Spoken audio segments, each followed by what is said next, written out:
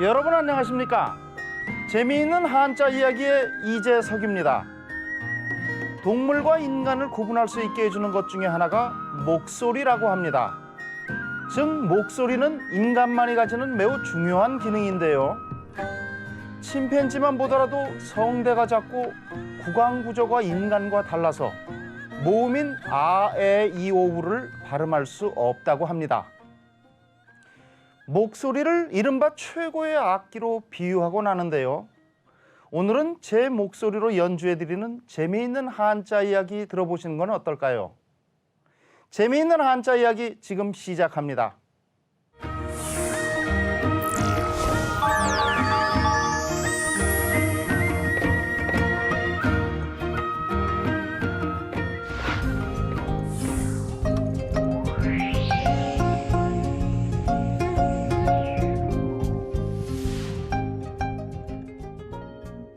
진실은 언젠가 드러나기 마련입니다.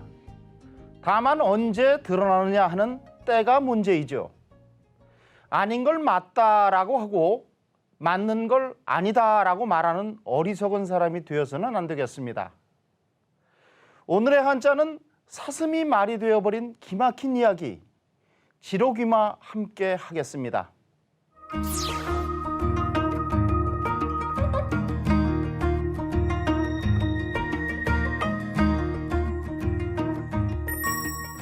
지는 본래 손가락이란 뜻인데 본문에서는 가리키다는 뜻으로 사용되었습니다. 어떤 사람의 이름을 지정하여 가리키는 것을 이름 명자를 써서 지명이라 하고요. 가리켜 보이다는 뜻의 지시는 누구에게 일러서 시키다는 뜻으로 자주 사용됩니다.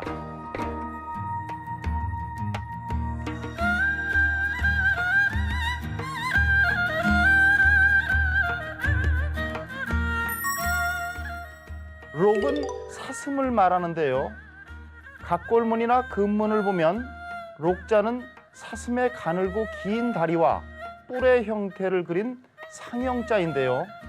정권을 비유하기도 합니다. 쫓을 축자를 쓰는 축록은 사슴을 뒤쫓다는 뜻으로 군왕의 자리나 정권을 얻으려고 다투는 일을 이릅니다.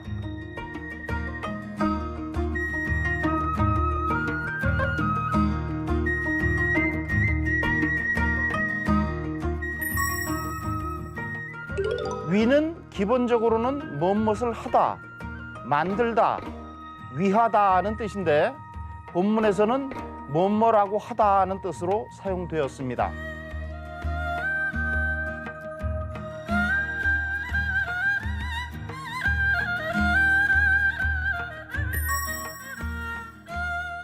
마는 말을 뜻합니다. 각골문을 보면 마자는 몸, 다리, 꼬리를 완벽하게 갖추고 있는 말의 옆모습을 그린 상형자인데요.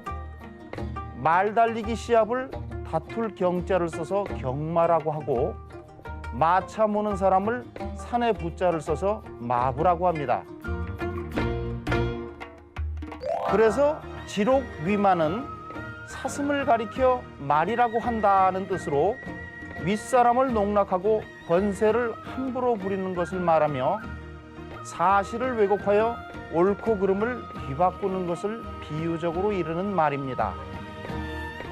또 그 뜻이 확대되어 모순된 것을 끝까지 우겨 남을 속인다는 뜻으로 쓰이기도 합니다. 이 고사는 사기 진시황 본기에 나옵니다. 사마천이 지은 중국 최초의 정사인 사기의 체제는 5가지로 구성되어 있는데요. 우선 제왕의 사적을 기록한 본기가 있고요. 역사적 사실에 대한 연대를 표기한 표가 있고 경제나 정치, 천문과 지리 등을 기록한 서가 있습니다. 또 제후왕에 대해 기록한 세가가 있고 끝으로 여러 뛰어난 인물에 대한 전기인 열전이 있지요. 그래서 본기의 기와 열전의 전을 합해서 사기의 체제를 기전체라고 하는데 이는 중국 기전체 역사서의 효시가 됩니다. 그럼 지록위마의 이야기 들려드리겠습니다. 이 이야기는 중국 최초의 황제인 진시황이 죽은 뒤 얼마 안 되어 지인나라에서 실제 있었던 일입니다. 당시 조고란 사람은 중거부령이라는 높은 벼슬에 오른 환관이었습니다. 환관은 우리나라로 치면 내시에 해당하는 말인데요. 조고는 진시황의 작은 아들인 호해와 결탁해서 승상 이사를 위협했습니다. 황제의 유서를 유조라고 하는데요. 그들은 진시황의 유조를 위조하여 진시황의 맏아들 부소가 자살하게 만들어서 호해가 황위를 승계하도록 한 것이죠. 이 호해가 바로 진나라의 2세 황제입니다. 2세 황제를 만드는데 큰 공을 세운 조고는 낭중령이라는 높은 관직에 임명되어 2세 황제의 가장 가까운 고위 관리가 되었는데요. 그렇지만 그의 지위는 여전히 승상 이사보다 아래였습니다. 얼마 후 조고는 치밀한 계획을 세워 이사를 죽이고 마침내 승상이 되었는데요. 조고의 야심은 멈출 줄 모르고 마침내 황제가 되려는 꿈을 꾸기에 이르렀습니다. 조고는 대신들이 자기에게 복종하고 있는지 시험해 보기 위해 꾀를 하나 생각해내었습니다. 어느 날 조고는 꽃사슴 한 마리를 조정으로 끌고 와서 2세 황제에게 사슴을 가리키며 이렇게 말했습니다. 이 짐승은 신이 막 찾아낸 준마이온데 특별히 폐하께 바칩니다. 2세 황제는 조고가 사슴을 말이라고 하는 것을 보고 웃으며 말했습니다. 승상은 어째서 잘못 말하는 것이오? 이것은 분명히 사슴인데 오히려 말이라고 하니 말이오. 조고는 얼굴색 하나 바꾸지 않고 이렇게 말했습니다. 폐하, 이것은 말이지 사슴이 아니옵니다. 정 믿지 못하시겠거든 대신들에게 이것이 말인지 사슴인지 하문해 보시옵소서. 말을 마치고 조고는 대신들을 위협적인 눈빛으로 노려보면서 무언의 협박을 했는데요. 상황을 모른 채 2세 황제는 대신들에게 이것이 무엇이냐고 물었습니다. 대신들의 반응이 어떠했을까요?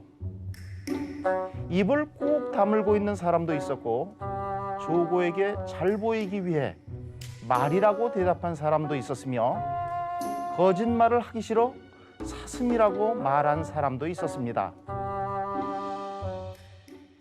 조고는 사슴이라고 말한 대신들을 눈여겨보았다가 결국 죄를 씌어 전부 죽여버렸습니다. 그 후 조정에는 조고를 두려워하지 않는 대신이 없었다고 합니다. 이 이야기는 비단 진나라 시대에만 적용되는 이야기는 아닐 것입니다. 잠시 누군가를 속일 수는 있겠지만 그것이 영원하리란 법은 없으니 우리 모두 지록위마의 이야기를 잘 새겨 역사에 오명을 남겨서는 안 되겠습니다.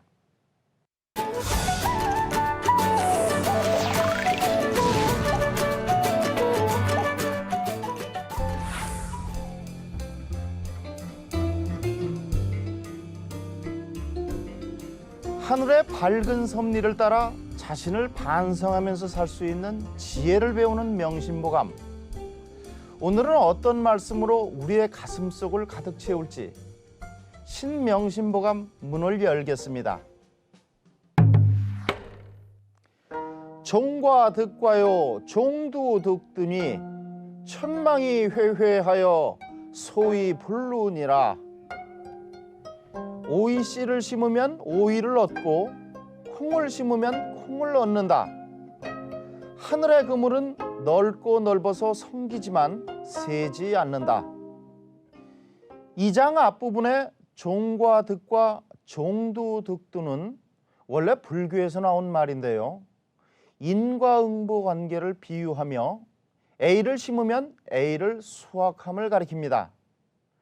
이 말은 열반경에 나온다고 합니다. 뒷부분에 천망회회 소위불루란 말은 노자에 보면 천망회회 소위불신이라는 표현이 있는데 여기에서 유래한 것으로 보입니다. 구체적으로 이 글은 어떤 의미를 담고 있을까요? 궁금하시죠? 함께 보겠습니다. 종과 득과 오이씨를 심으면 오이를 얻고, 즉 오이씨를 심으면 오이가 나오지 다른 식물이 나올 수 없다는 말입니다. 종은 심다는 뜻으로 명사일 때는 식물의 씨를 뜻하고 종족이나 종류라고 할 때 이 글자를 씁니다. 과는 오이를 말하는데요. 앞에 것은 오이씨, 뒤에 것은 오이입니다. 과는 원래 덩굴성 식물의 열매를 가리키죠.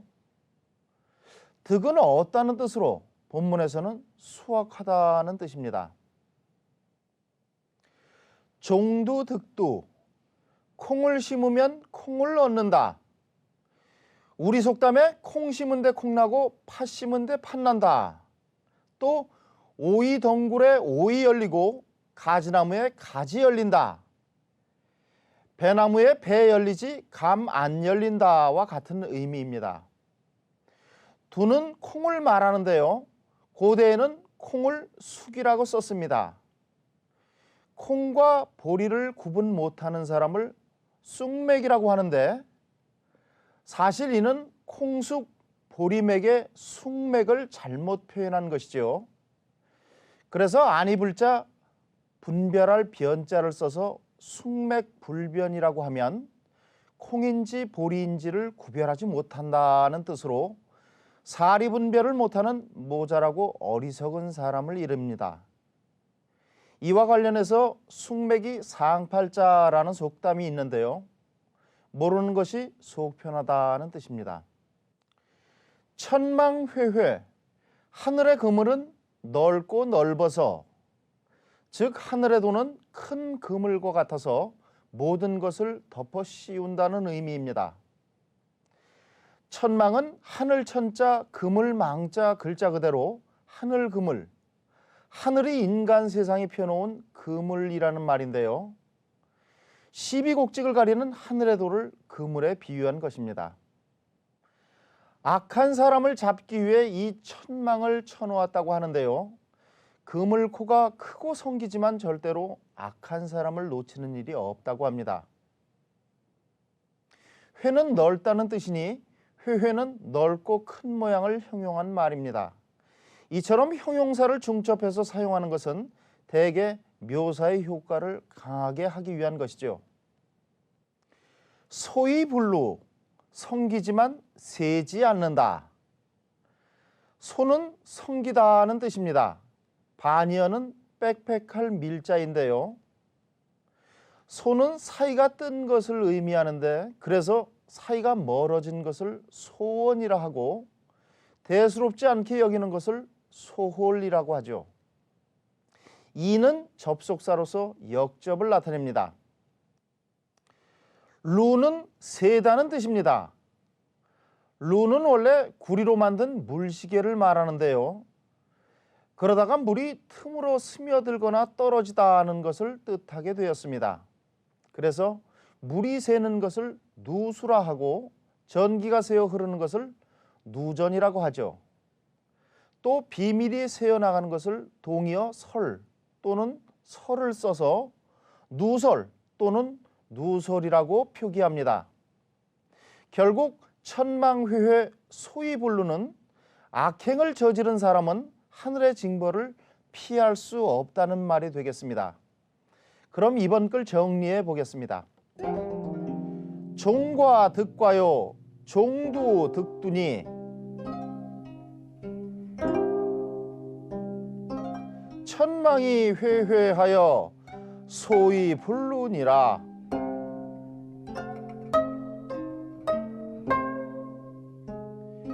오이씨를 심으면 오이를 얻고 콩을 심으면 콩을 얻는다. 하늘의 그물은 넓고 넓어서 성기지만 새지 않는다. 명심보감의 따끔한 문장들을 통해서 하루하루 삶을 반성해보고 더 나은 내일을 살 수 있으면 얼마나 좋을까요? 그럼 다음 글 보도록 하겠습니다. 자왈 획죄어천이면 무소토이 아니라. 공자께서 말씀하셨다. 하늘에 죄를 지으면 빌 곳이 없다. 이 장은 논어 8일편에 수록되어 있습니다.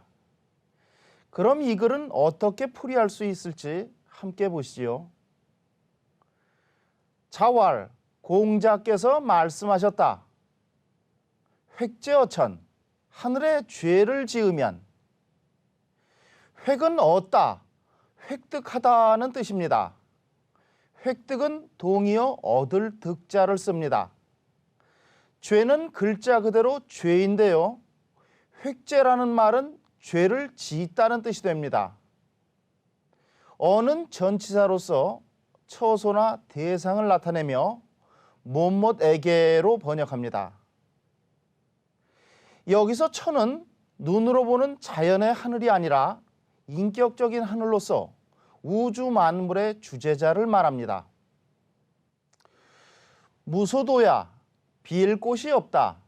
즉 용서받을 방법이 없다는 뜻이죠. 무는 없다는 뜻이고요. 소는 못못하는 곳이라는 뜻입니다. 도는 빌다, 기도하다는 뜻으로, 그래서 소도는 기도할 곳이라는 뜻이 됩니다. 기도란 말은 동의어 빌 기자를 쓰죠. 야는 어기조사로서 판단이나 단정의 어기를 나타냅니다. 이번 글은 짧아서 여기서 끝이 났네요. 짧지만 큰 의미를 담고 있는 공자의 말씀 정리해 보겠습니다. 자왈 획죄어천이면 무소토이 아니라.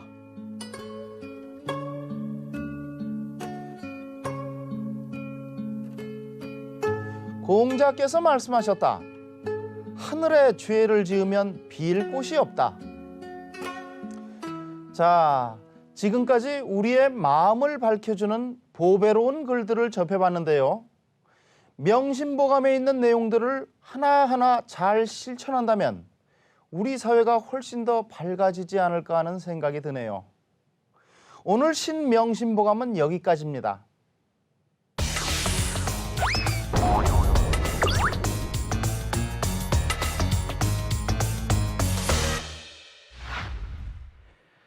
한문의 모든 것을 파헤쳐보는 한문 본색 시간입니다. 동서고금을 막론하고 사람들의 마음을 하나로 모아주는 것이 바로 음악이 아닐까 하는데요. 악기 없이 인간의 목소리로만 음악을 만들어내는 아카펠라를 순 우리말로는 입으로만이라고 하네요. 오늘은 음악을 뜻하는 악자의 정체 거침없이 밝혀드리겠습니다.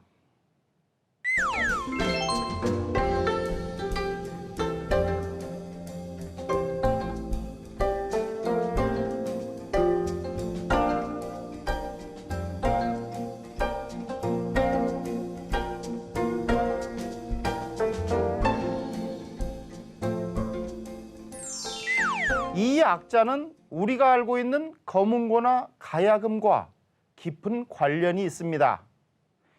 거문고는 한자로 보통 금이라고 표현하는데요. 전하는 바에 의하면 고대의 성왕이라고 하는 순임금이 5줄짜리 금을 만들었고 후에 여기에다 주나라의 문왕과 무왕이 각각 줄 하나씩을 보태어 7현금을 만들었다고 합니다. 그렇다면 이 악자와 거문고는 어떤 관련이 있을까요? 갑골문에 보면 악자는 본래 상형자인데요. 줄이 나무 위에 붙어있는 형상을 본뜬 것입니다. 실사자와 나무 목자가 합쳐진 형태이지요. 후에 금문에서는 해서체의 흰 백자가 실사자 사이에 더 들어가 있는데 이것은 줄을 고르는 도구라고 합니다. 어떤 사람은 이것을 두드리는 북이라고 보기도 하는데요. 어쨌든 이 악자는 본래 현악기인 검은고를 그린 것이어서 악기를 뜻하는 글자였습니다. 즉 소리를 낼 수 있는 악기를 가리켰던 것이죠. 여기에서 우리가 흔히 말하는 음악이라는 뜻으로 쓰이게 됐습니다. 스승사자를 써서 악사라고 하면 악기 연주를 직업으로 삼는 사람을 가리킵니다. 한편 음악은 사람을 즐겁게 해주기 때문에 즐겁다, 기쁘다, 즐기다라는 뜻으로 의미가 전성되었는데요. 이때는 악이라고 읽지 않고 락이라고 읽습니다. 예를 들면 공자의 유명한 말 중에 이런 말이 있지요.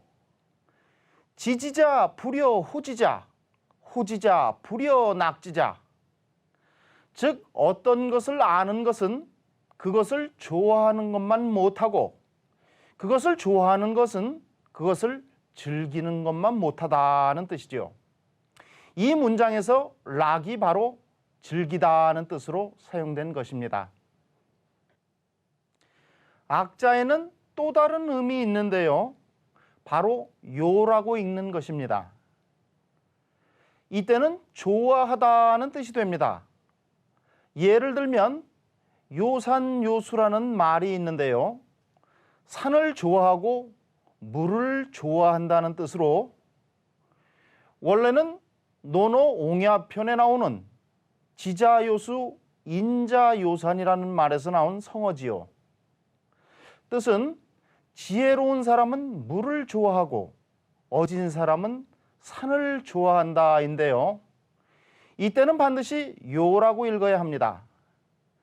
참고로 여기서 알지자는 슬기지자의 의미입니다. 이렇게 악자의 경우와 같이 하나의 글자 형체에 여러 개의 글자음이 있는 경우를 한일, 글자자, 마늘따, 소리음자를 써서 일자 다음이라고 하는데요.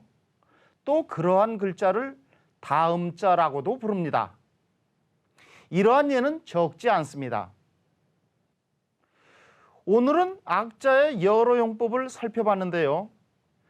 그 외의 다른 예들은 다음 기회에 설명해 드리겠습니다. 다음 시간에도 한문의 본색을 철저히 파헤쳐 드릴 테니 기대하셔도 좋습니다. 한자 공부하시다가 궁금한 점 생겼다고요? 그럼 재미있는 한자 이야기에 냉큼 물어보세요. 언제나 한문 문답의 문은 활짝 열려 있습니다. 오늘은 어떤 질문이 올라왔을까요? 함께 보시죠. 제가 산수갑산 산악회 회원인데요. 산수갑산이란 말을 정확히 알고 싶어서 한자 사전을 찾았지만 아무리 찾아도 산수갑산을 찾을 수가 없어요. 재미있는 한자 이야기 이재석 박사님 설명 좀 해주세요. 네, 우리가 일상생활에서 쓰고 있는 말 중에는 잘못된 표현이 많은데요. 그 중에 하나가 바로 이 산수갑산입니다. 하도 많이 들어서 어색하지 않은 데다 느낌상 꼭 산산자, 물수자, 첫째 갑자, 산산자를 써서 산수갑산일 것 같고 어떤 경치 좋은 곳을 말하는 것으로 생각하기 쉽지요. 그러나 사실 이 말은 정반대의 뜻을 갖고 있는데요. 이 말은 산수가 아니라 석삼자, 산산자를 쓰는 삼수라는 지명과 이어지는 갑산이란 지명이 합쳐진 말입니다. 삼수는 함경남도 북서쪽 압록강 지류에 접한 지역인데요. 이 삼수는 대륙성 기후의 영향으로 국내에서 가장 추운 지역이고 접근하기 쉽지 않은 험한 오지로도 유명합니다. 또 갑산은 함경남도 북동쪽 개마고원에 있는 지역인데요. 예로부터 산세가 험한 오지로 알려져 있습니다. 또한 삼수한테 지지 않을 정도로 추운 지역이죠. 그래서 삼수와 갑사는 모두 조선시대에 중죄인을 귀양 보내는 귀양지로 악명을 떨쳤습니다. 이 때문에 고유명사인 삼수갑사는 일반 명사처럼 험하고 추운 산골을 뜻하게 되었고 또 귀양지의 대명사처럼 쓰이게 되었던 것입니다. 그러니 삼수갑산을 가다라고 하면 매우 힘들고 험난한 곳으로 가거나 어려운 지경에 이르다는 뜻을 갖게 됩니다. 또 삼수갑산을 가더라도 뭐뭇하겠다는 말은 어떤 어려움이 닥쳐도 반드시 뭐뭇을 실행하겠다는 뜻을 갖게 되었지요. 즉 삼수갑산이 산수갑산이 된 것은 우리가 북한을 가보지 못했고 또 발음이 비슷하기 때문에 생긴 결과인데요. 이는 잘못된 표현이므로 바로잡아야 합니다. 이렇게 잘못 표현하는 말 중에 하나가 바로 풍지박산입니다. 이 말은 풍비박산이 바른 표현인데요. 한자로는 바람풍, 날비, 우박박, 흩어질 산자를 쓰는데 바람이 불어 우박이 흩어지다는 뜻으로 사방으로 흩어지다는 뜻으로 사용됩니다. 풍비박산하였던 가족이 다시 만났다. 이런 식으로 활용을 해볼 수 있겠습니다. 목적 없이 인생을 살아가는 것처럼 무의미한 것도 없다. 세상이 나에게 보내는 칭송은 거저 주어지는 것이 아니다. 스스로 만들고 쟁취하는 것이다. 이 말은 토크쇼의 여왕이라 불리는 오프라 윈프리가 한 말인데요. 인생은 도전하는 자의 것이라는 평범한 진리를 다시 한번 일깨워주는 말입니다. 도전하는 하루하루 되시기 바라며 재미있는 한자 이야기 다음 시간에 뵙겠습니다. 안녕히 계십시오.